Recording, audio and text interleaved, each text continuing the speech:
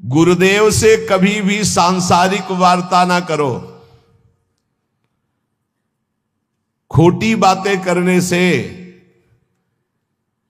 गुरु की नजर से वो गिर जाता है।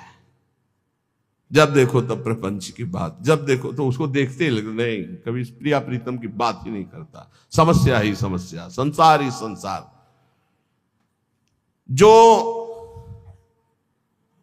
ध्यान दीजिएगा, पाप कर्म, छल, कपट, मान की चाह, धन की चाह, पराई स्त्री के प्रति राग, दूसरों की निंदा, परचर्चा, अभिमान, धूर्तता, पाखंड, इन दोषों का त्याग करके संयम ब्रह्मचर्य से रहता है, उसको ये शिकायत ही नहीं हो सकती कि मेरा नाम जप निरंतर नहीं चलता। निरंतर चलेगा। किनका नहीं चलता? जो पाप कर्म करते हैं, जो छलिया हैं, कपटी हैं, जो मान चाहते हैं, जो धन चाहते हैं, जो पराई स्त्री के प्रति राग बुद्धि, जो दूसरों की निंदा, जो दूसरों की चर्चा करते हैं, अभिमान करते हैं, धूर्तता, पाखंड करते हैं, उनके हृदय में नाम नहीं चलता। ये परदोष दर्शन भगवत प्राप्ति में महान बाधक है। इसलिए पर चर्चा, परदोष दर्शन, पर निंदा भूल कर साधक न करे, नहीं नाम जप नहीं कर पाएगा। एकांत में रहने का अभ्यास, नींद को जितना कम से कम से काम चल जाए उतना स्वीकार करना, उच्च स्वर से नाम कीर्तन करना, सदग्रंथों का पाठ करना, आसक्ति को छोड़ करके भगवत चरणारविंद की आसक्ति में दृढ़ होने के लिए दुखों को, विपत्ति को, अपमान को, निंदा को शांतिपूर्वक सह जाना, इससे भगवत आसक्ति होगी। दुखों को, विपत्ति को, अपमान को, निंदा को शांति पूर्वक सह जाओगे तो भगवान में आसक्ति हो जाएगी।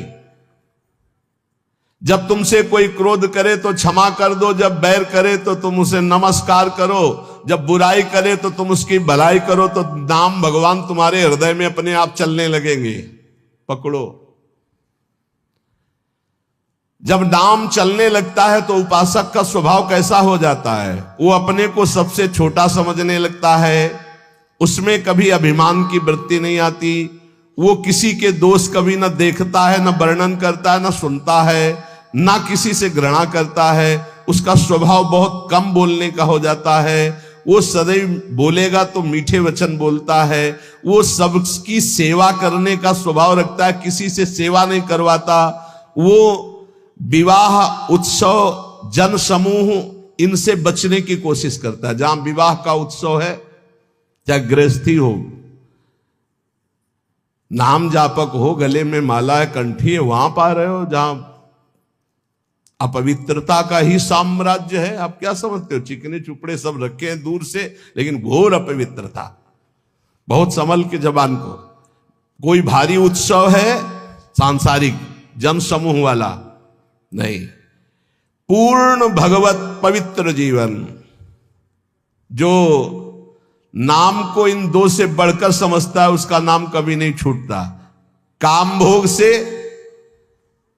और धन से, दो से बढ़ करके जो नाम को आदर देता है, उसका नाम कभी नहीं छूटता। नाम कहां छूटता है? काम वासना और धन वासना में जिसकी वृत्ति है, वो नाम निरंतर नहीं चला सकता। नाम जपने के बीच में एक खाई है, निरंतर उधर नाम जप होने लगेगा। दो खाइयां पार कर लो, काम भोग की और धन के चाह की, तो उधर नाम जप निरंतर होने लगेगा।